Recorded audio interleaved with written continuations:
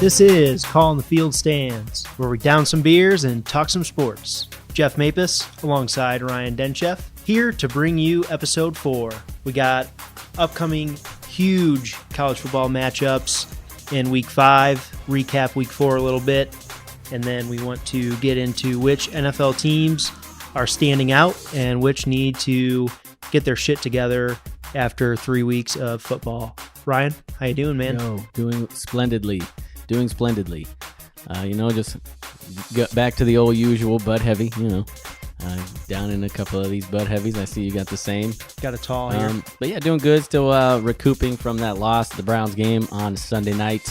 Out in the stands, viewing that debacle at the end of the game. But other than that, all is well. So I know we want to jump into it, and you have some things to say about a certain head coach that you texted me.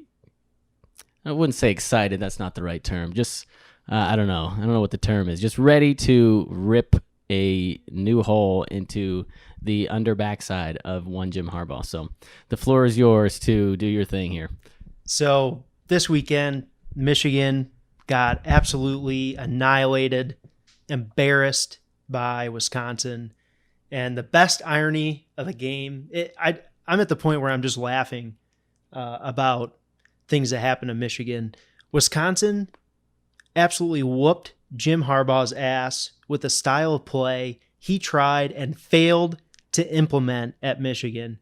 Quality O-line play, physical, power running game, smart, quality quarterback play.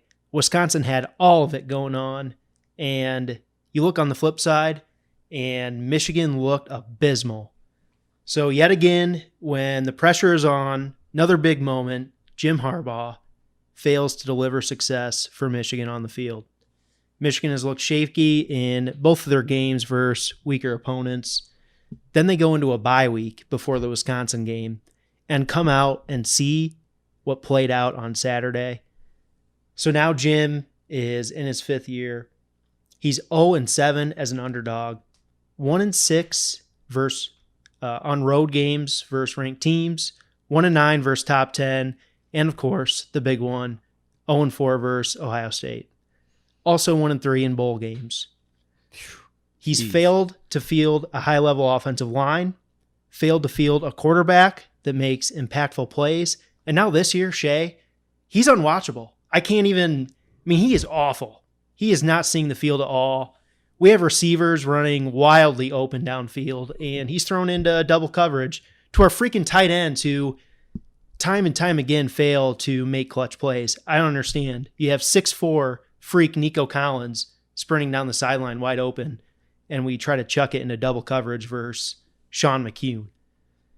So every aspect of that game was laughable on Michigan's end. It's funny, like you look back and the hype and the excitement and okay, it's our time now to step up into the Big Ten, challenge Ohio State and all that really came, everybody, all Michigan fans wanted to talk about was let's go, you know what I mean? And then he finally gets his chance, and then he kind of struggled in the first couple of years to really do anything. And then the conversation was, those aren't his recruits. He's a recruiter. Wait till his guys come in and step up and start getting in there and doing their thing. Now here we are, same shit, different day. And I don't know, man. Like I said, I think on the first episode, just keep him as coach as long as y'all want, because it's enjoyable to beat that ass. I'm glad you brought up the first 2 years. He comes in first year, turns a 5-7 team around to a 10-3 team, like you said, with players he inherited. Then 2016, has a pretty damn good year, obviously up until the end, one play away from getting it done against Ohio State. Everyone's thinking... That was an overtime game? Yeah. Everyone's thinking, these aren't even his players. Wait till he gets his players. Wait till he gets his quarterback. So I'm glad you brought up roster construction, because we're in year 5 here, and Jim still hasn't fielded a quarterback that he recruited and developed. And like I said, Shea comes in as a transfer, started since his freshman year. So comes right out of high school, starts his freshman year at Ole Miss, and now he's a senior and looks abysmal. And frankly, the stud players we have gotten out of high school, the elite athletes, like even Jabril, I know he didn't recruit him, but they had Jabril Peppers. They go out and get Rashawn Gary, number 1 overall player in the country. Now they have Donovan Peoples-Jones, Nico Collins, Tariq Black. These are all NFL potential receivers here. They just cannot develop stud players, these elite athletes that they get. They're just not maximizing their talent. And now we have an M Live article talking with a regent at Michigan, and they're basically quoted saying that Jim isn't necessarily here to win championships. He's mainly here for off-the-field success and to win games, bring in revenue, and championships are just kind of an added bonus. So Michigan, like I said a couple podcasts back, they're going to have a decision on their hands here. They can make their decision to not focus on winning championships and competing with their arch rival, Ohio State, or they can let Ohio State continue to excel and dominate for another decade. Yeah, I choose that option. I mean, that was another thing. They talk about the Shea Patterson and him not going to the NFL, and he says he wants to come back and compete in college and up his draft stock going into next year with more of a more well-rounded, loaded, I would say, class. He has looked completely trash. Let's see these stats. So 14 for 32 with 219 against Wisconsin, 19 for 29 with 207 versus Army, and then 17 for 29 with 203 against Mid-Tennessee State. This dude, 5 total touchdowns. I think I texted you, Shea Patterson, or maybe I tweeted it out. I think Shea Patterson through the season has 5 touchdowns, and Justin Fields in the second quarter last week had 6. So Fields is up to 19. Yeah, through it's the season. Sick. Next level, but I don't know too much else to say. I mean, Michigan looks like shit, and but I mean, it's only one game. If they run the table, they're still going to make it to the college football playoff. It's just hard to fathom that ever happening with the way we've seen them play so far this year. Finally faced a legit opponent right after almost losing to Army, which, I mean, Army's no slouch, but they're not even, top 25 team. And they just got shellacked. I think it was 28-0 at halftime, and it was never really close. So no, the score could have been significantly worse. So, I mean, he's probably on his way out. I don't know. Maybe I don't really know what kind of options it'll be. I mean, you would assume one of the premier options of coaching, in all levels, NFL and college combined. I mean, there's not very many more prestigious places to be as a head coach than Michigan, at least at the collegiate level. So I don't know what kind of candidates you'll be pulling in, but I don't know. I think something drastic would have to happen for the university to actually cut ties, like a loss to Rutgers this weekend. There's would not be gonna abysmal.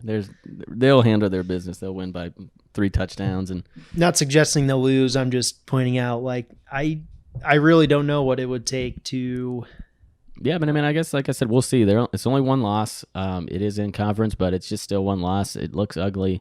I think they dropped down to 20th in the rankings, which you can recover from that, especially this early in the season. I mean, you win the Big Ten, you're going to the college football playoff more than likely. So I guess we'll see what happens. A big reason why there's a good chance that you win the Big Ten, even with one loss, you get to the college football playoff, is Notre Dame losing to Georgia last weekend in a much tighter match than I really anticipated. I thought Georgia was really going to come out and roll Notre Dame, but Notre Dame, with one loss at this point, going to have a difficult road to get to that football playoff at the end of the season. What did you think? Did you get a chance to see much of that game, or at least see kind of how that broke down, see the highlights, all that kind of stuff? I saw, bits and pieces of the game. Caught Notre Dame's. I caught Georgia's scoring drive, that go-ahead touchdown, and then I saw Notre Dame's drive where they scored to put it back into make it a one-possession game. Credit Notre Dame for, like you said, I thought Georgia was favored by 13.5, then it went up to 14. I thought they'd cover, not because Notre Dame is bad. Georgia is in my group of that was teams. a stay away from betting on that game for me. I was like, ooh, I mean, I do like Georgia, but 2 tutties is it's a lot. steep. I mean, they almost got there that last minute. So, anywho, credit Notre Dame. They went toe-to-toe with Georgia. They could match Georgia up front a little bit. Notre Dame has been putting out quality offensive lines for a while now. So, you learn a lot about both teams in a game like that. It was well played. Georgia is just one notch above Notre Dame. Notre Dame is kind of outside looking in at those top 6 teams that I'm thinking about in my head right now. So let's get into that a little bit. Just, we're 4 weeks in, quarter of the way through the season. Well, I guess, more than that, third of the way through the season, if you just count, 12 games of regular season. Kind of the landscape of where we sit a third of the way through the season. What are your thoughts on where everything kind of lies right now, so far as the teams that are legit, maybe the teams that aren't, maybe the teams that might squeak in and make a significant bowl game presence, or maybe even compete for college football playoff? Kind of where do you think things lie where that's concerned? Right now, the best teams in the country, and it's not close, in my mind, after these teams, there is a noticeable gap. In no particular order here. Alabama, Georgia, LSU, Clemson, Ohio State, and Oklahoma. Those are your surefire playoff contending teams right now. Obviously, 3 SEC schools. I think they're all well-deserving. LSU they might be the biggest surprise for me as far as the top 10 type teams. Yeah, and we talked about that before, just knowing, we said, I think we were both kind of on the same wavelength of they're a solid team. They're going to win, almost double-digit wins, but maybe not quite. Maybe they'll get 10-2. But they've really surprised. Joe Burrow has just really showed out and showed his potential of what he can really be, even dating back to when he was at Ohio State and getting all the hype, and then kind of things just didn't work out.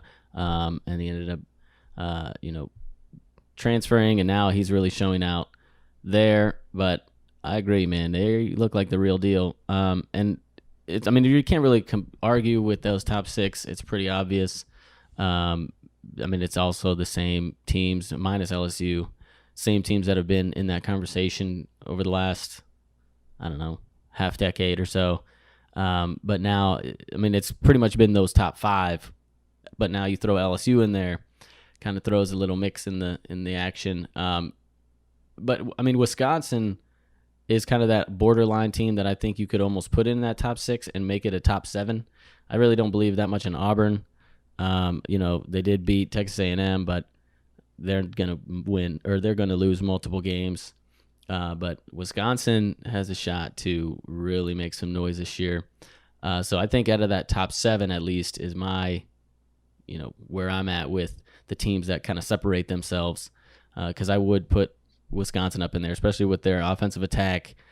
Taylor back there in the backfield is a straight beast, and I'd put them right at 7. So, and they're going to win the West in the Big Ten. They're going to be in that Big Ten title game. So, if they run the table and go to that Big Ten title game, looking undefeated or 1 loss, then both of our picks, Ohio State going out of the East, if they beat Ohio State, there's no way you can leave them out of the playoffs if they're undefeated or 1 loss and have that Ohio State win. Right. So they'll actually play Ohio State regular season here in a couple weeks, actually. Let's see, week 8, it looks like, something like that. So maybe week 9. So they will, it'll probably most likely be a rematch or heading into that game with a 1 loss, unless they lose back-to-back games and lose to Iowa that following week. But that's at home, and it's hard to see them really losing at this point. But Iowa, that was kind of my sleeper there to make a run at the Big Ten championship game and lose to Ohio State. But it'll be interesting to see kind of what they have. It's kind of difficult to kind of gauge. Obviously they beat that ass against Michigan, but I think we don't really know what Michigan is at this point. They've looked like shit all year and just got bent over by Wisconsin. So you would say, yeah, that's a big win, and they really showed their dominance. But at the same time, maybe Michigan's just not all that good and is going to lose multiple games this year and all that. So I think that big game on October 26th in Ohio, in Columbus at the Horseshoe, it's going to be a real statement on who Wisconsin wants to be. But like you said, if they play tight, even if, they can get blown out, really. It doesn't really matter in kind of the whole scheme of things. But they win that game, they're setting themselves up more or less for win the Big Ten. You're in the college football playoff for sure, even if they go back and lose to Iowa or wherever the case may be. So I don't know about for sure, man. A one-loss Wisconsin Big Ten championship? Big Ten's been left out past, couple of years, the Big Ten champ? Yeah, well, Ohio State got smacked by Purdue by 40 or whatever it was. This is true. And I, did the same to Iowa the year before. I mean, as long as they don't lose, let's say they go into the end of the season with a Big Ten title under their belt and they have one loss. They beat Ohio State, beat Iowa, and then get smacked by, who they got on their schedule? Nebraska, Illinois. They get beat by Illinois before that Ohio State game by 40. I guess maybe they'll have that conversation of leaving them out, but I don't see a Big Ten one-loss champ not getting in this year.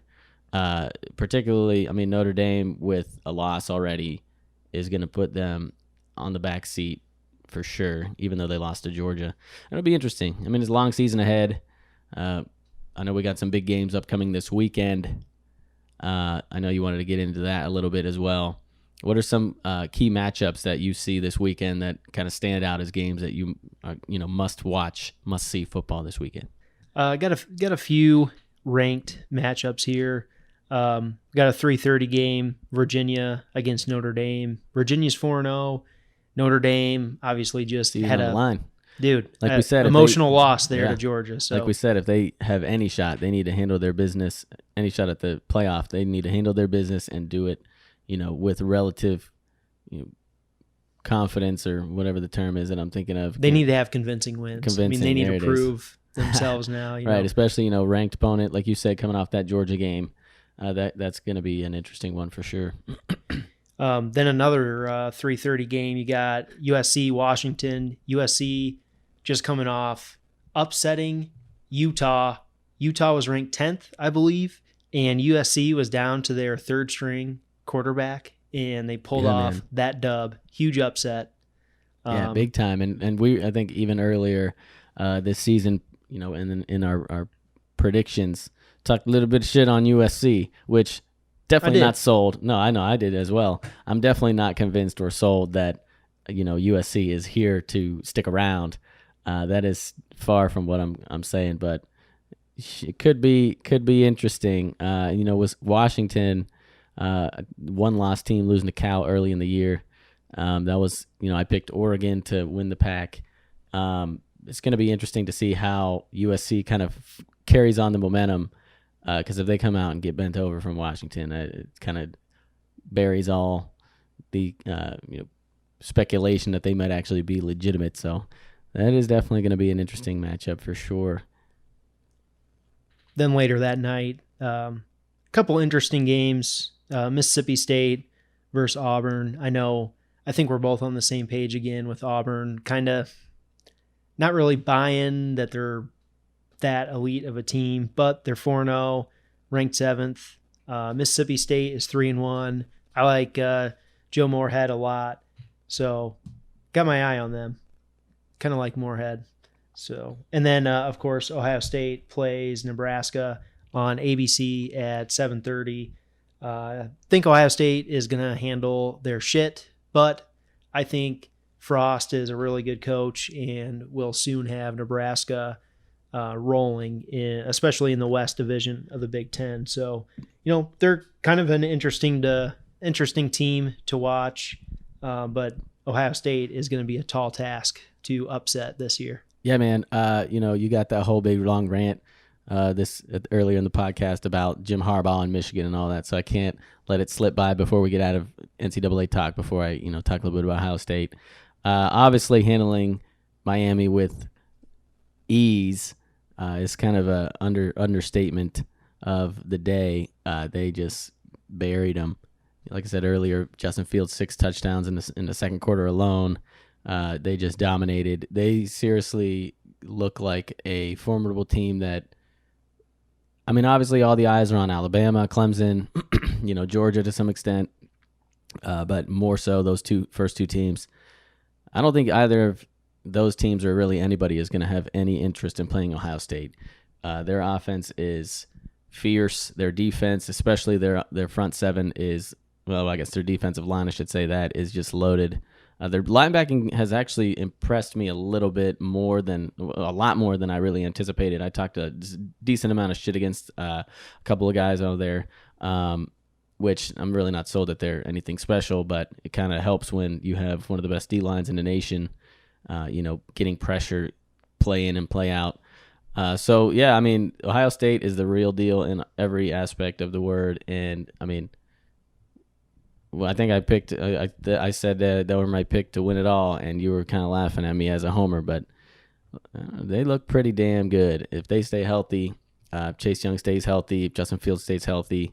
Those two guys, mainly in particular, they are going to make a run at it. And I think this weekend, under the lights, on the road, they are going to fuck Nebraska up. I am not at all convinced Nebraska is anything more than a 6-win team. And they are going to lose significantly this weekend. I like that face that you just gave me with 6. The snarl. Ohio State's going to roll, but 6 wins for Nebraska? Yes. Maybe 7 if you count the bowl game that they're going to squeak into playing some garbage MAC school or something.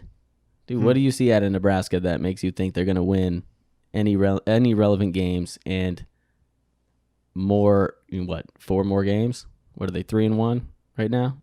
They're 3-1, and they're in the Big Ten West. It is true. They get to play Indiana, Minnesota, Purdue, Maryland, and then they get, obviously, Ohio State, Iowa, and Wisconsin. We'll see. Ohio State should roll. Moving on, NFL, we have 3 weeks in the books. Got some interesting standings and power rankings, if you will. Let's get into the NFL. So our primetime games, we saw the Jags handle Tennessee with more or less relative ease. I don't really know about this Minshew quarterback guy that is taking over the world of social media and major sports broadcasting. What do you see out of this guy? He's a fucking baller. That's what I see. He's a baller. What about him? I mean, I didn't catch all of that game Thursday night. So I mean, I didn't really get to see what he's all about. I think everybody's more infatuated by his glorious mustache. The mustache, the porn star, the porn company offer for him to do like lead yoga or something like that and film it. It was like $1 million offer. It was something ludicrous. Yeah, it's something that they know they're not actually going to do. But yeah, and that was the other. He's got good numbers this year. I mean, the Titans probably aren't that good. Yeah, the Browns got slapped by him a little bit, but hey, it is what it is. I think the Titans are solid. I don't know. Their defense looked good against the Browns at least. I haven't really paid much attention to them since then. I haven't won any more games since then.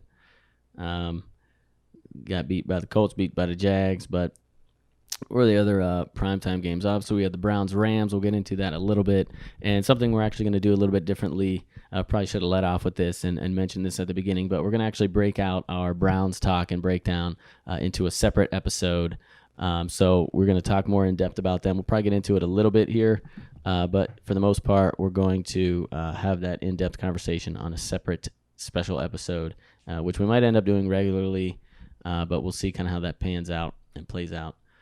So then what was the other games? We had Bears-Redskins last night, which was Slaughterfest. Yeah, not interested at all. So, I mean, obviously there were games that we can get into and talk about, but we're a couple of days removed, a couple of days, past the storylines and the recaps and all of that. So, at this moment, 3 weeks in, still early. Still really early. You got people writing teams off. You got people shooing teams into the Super Bowl that have started into a hot start. Let's go into a little bit about where you see the landscape of the NFL right now, 3 weeks in, and maybe some things that stand out to, who's legit, who's not legit, who can recover from a rough start. Let's kind of get into that a little bit. What is kind of your outlooks on let's start with teams that are really standing out as elite level Super Bowl contending teams. I think it's going to be more or less pretty obvious where we start at. Some of them are pretty clear. Some of them are who we predicted to be preseason and are showing out to be that same teams and, living up to all the hype. So let's get into that a little bit.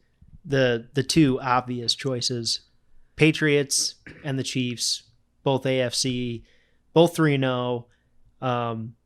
Patrick Mahomes he is insane. I mean, he has some ill-advised passes that you would rip other quarterbacks for throwing, but he can fucking gun it in there and complete these ridiculous passes. But outside of that, I mean, he's an efficient quarterback anyway. And that Chiefs offense is something special with him quarterbacking them. And then obviously the Patriots, Tom Brady is still doing it somehow. They've got a good team. Get into the Patriots, to piggyback off of the conversation on the Chiefs, the thing that is so wild and kind of stands out to me with the Chiefs is they can lose anybody on that offense. I mean, obviously, except Pat Mahomes. Much like the Patriots, you throw anybody in there, and that offense clicks and will dominate. You know what I'm saying? They're starting running back Dane Williams. He's out.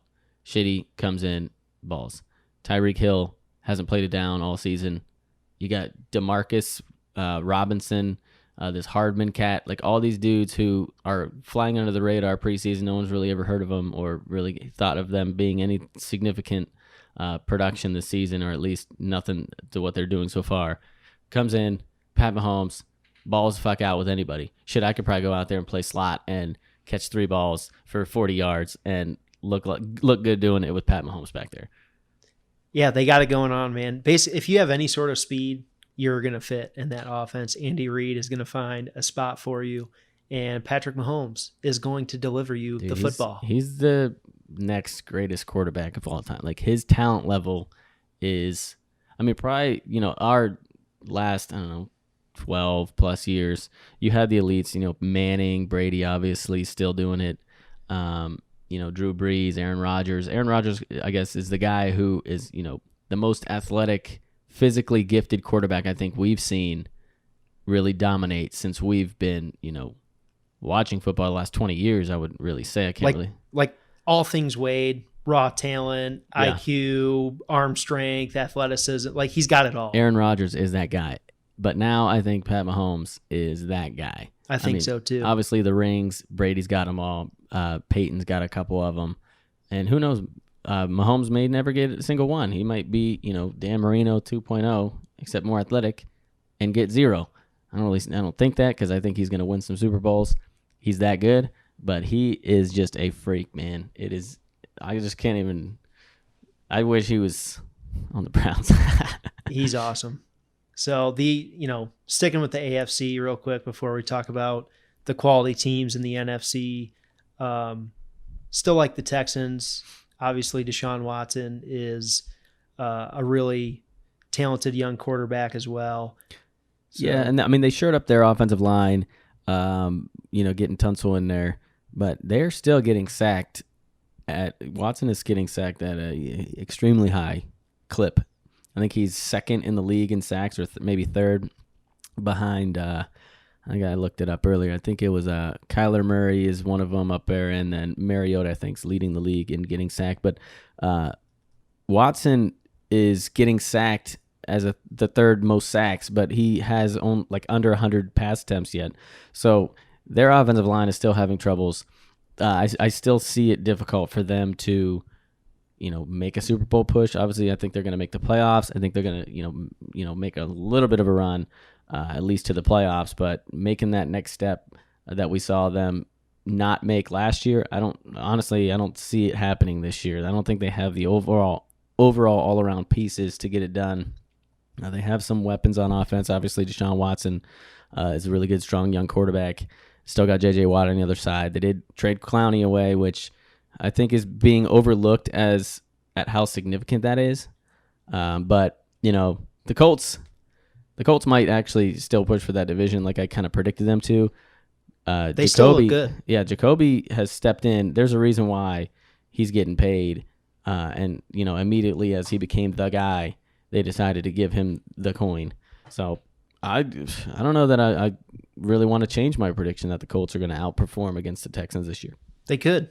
The Colts roster was really well constructed as of late. It was just too late for Andrew Luck, unfortunately. Right. But no, Brissett is no slouch.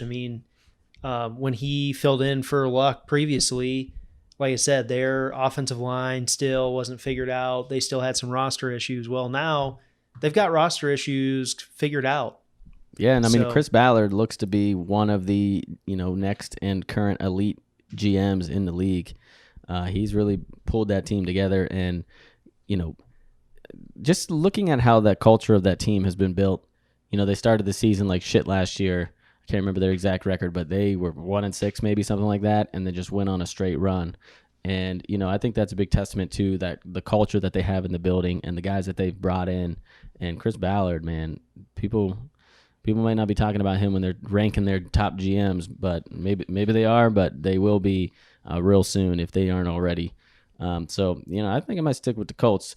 But we do need to get into the AFC North real quick before we jump to the NFC.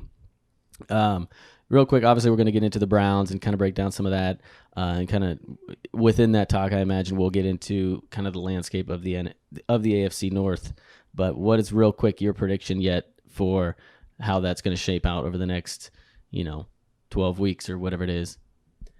Well, it's clear it's a two-team race, which is crazy to say because it has not. Well, it's been a two-team race more or less for the last. It had, but even before that, there were three quality teams. But now it's just surprising to say that it's the Ravens and the Browns at the top of the division. Let's hope it's the Ravens and the Browns. The Browns got some shit to figure out to be able to. They do. This upcoming weekend is big time to set the tone for the rest of the season. What's hilarious about it is the Bengals and Steelers are both 0-3, and they're going nowhere. So. Yeah, the Browns still have 4 games against them. So. I don't know. We'll see. We'll get into that a little bit more later on when we get into more Browns discussion. But standing out from the NFC, I think I'll take the lead. I think it's my picks and what I saw preseason still stands to be true. Packers and Cowboys, both 3-0. The Rams 3-0. They played pretty well against the Browns. Obviously, their defense looked solid. Offense. It's difficult to kind of gauge the fact that they played the Browns because the Browns D-line is elite in every sense of the word. The Saints, we talked about last week about how, Teddy Bridgewater, if he can step in and hold the fort down for Drew Brees when he comes back, they're still right there. They're still that same team to kind of step in. And with a veteran QB like Drew Brees being able to, come back and not miss a beat, the Saints are still very much alive in the Super Bowl contention category. What are your thoughts on the 49ers being 3-0? What do you see out of them? Yeah, they're a 3-0 team that I'm not really buying right now. That doesn't mean they're bad. Not saying that by any stretch, but that game against the Steelers was ugly. I mean, it was not like some impressive win that they kind of got gifted the win there at the end. The Niners? Yeah. I watched the beginning. They turned the ball over like 4 times in the first 15 minutes or 20 minutes of the game or something like that. So they pretty much tried to lose that game and still didn't because the Pittsburgh Steelers are just not very good. Mason Rudolph, we saw him finally for the first time. I think he had 2 completions that were beyond the line of scrimmage or something ridiculous like that. 14 for something or other, and 2 completions. They actually both went to touchdowns, which actually might be an interesting thing about to see with that 49ers defense, especially as they play the Browns Monday night next week, is their susceptibility to giving up big plays. We'll see how that kind of shapes out. I wouldn't really write off the 49ers. Like you said, I don't really see them standing out as elite. I don't think they probably will finish 3rd in that division. That division's pretty legit. The Seahawks are another team that I'm not really sold on. The Rams are pretty good. They still have all the pieces. Aaron Donald's the best player in the league. It'll be interesting to see how that whole division shapes up. But I don't know. I don't have a whole lot of faith in the Niners or the Seahawks. but I guess we'll see. Is there any team or situation, whether it's a conference or otherwise, that's really standing out as a surprise or something that you didn't really see coming, positive or negative? I did not see the Bills starting off 3-0, bro. Yeah. That's pretty insane. I did not expect that at all. I don't think you were either. Weren't that high on Josh Allen coming into the draft. It wasn't a player we wanted the Browns to jump on. No, there was a lot of conversations and talks about them drafting him number 1 overall instead of Baker. And I don't know what I would have done.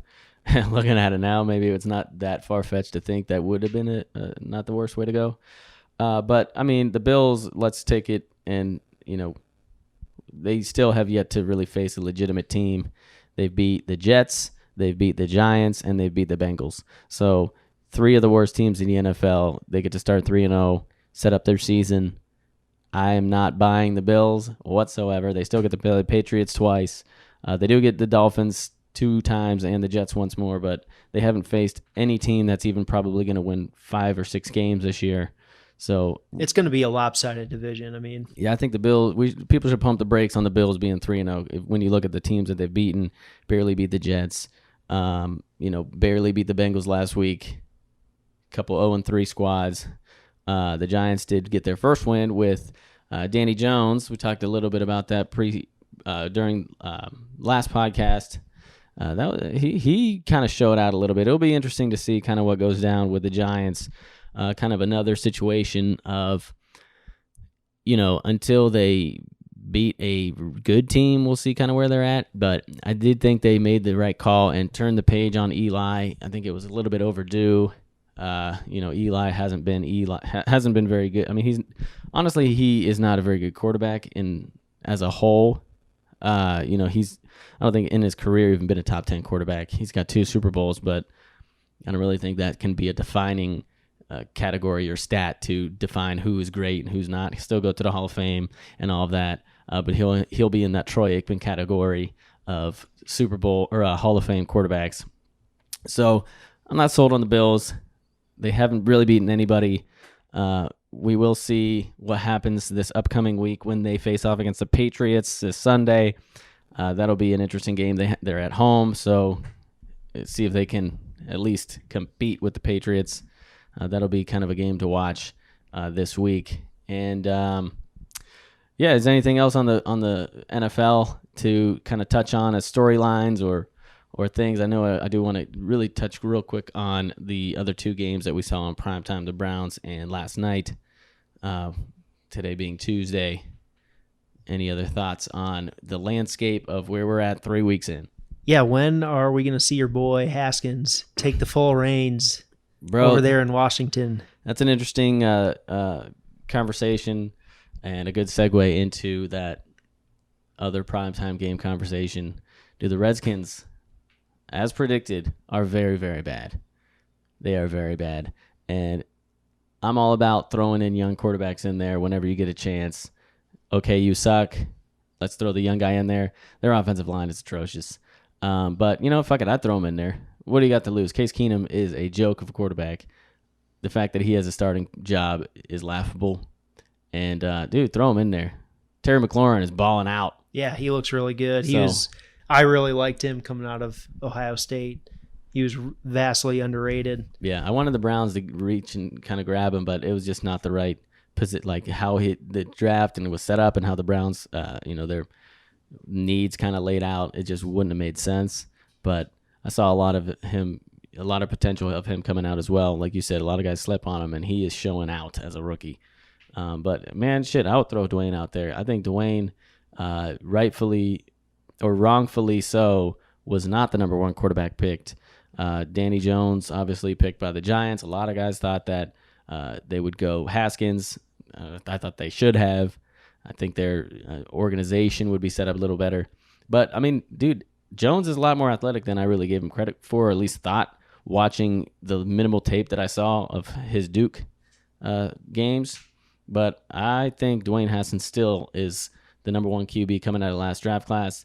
And, a lot of situations when you see young quarterbacks and they sit and kind of they develop and learn and kind of get into that, feeling and mode of being a starting NFL quarterback. At this point, what is Dwayne Haskins going to learn or develop sitting on the sidelines in that situation currently? Right. I don't think a whole lot. He has that extra year under his belt at Ohio State. It's not like he's a really super young dude. I say throw him out there, and you're not going to win very many games regardless. Get the guy some experience. He's a big-ass dude. He can take some shots. Not too concerned about him, getting injured, more so than any other quarterback, even with their offensive line being so trash. I'd throw him out there and see what he can do. Now you got to make the move. You're 0-3. You're not going anywhere. You got to build for next year, get him experience, like you said, and you find out what you drafted. I mean, let's be honest. Why wouldn't you want to find out what you have in your rookie QB? You're obviously not expecting him to go out there and ball and start winning you a bunch of games all of a sudden after this slow start. But if he shows those glimpses and flashes, then you're set up to start building around him moving forward. Yeah, so. I mean, they're one of the worst teams in the league. So your expectations need to be low. They only have $3.5 million invested in Case Keenum. So you're really not losing anything by not playing a guy who's not very good anyways. So just throw him out there, let him get some experience, see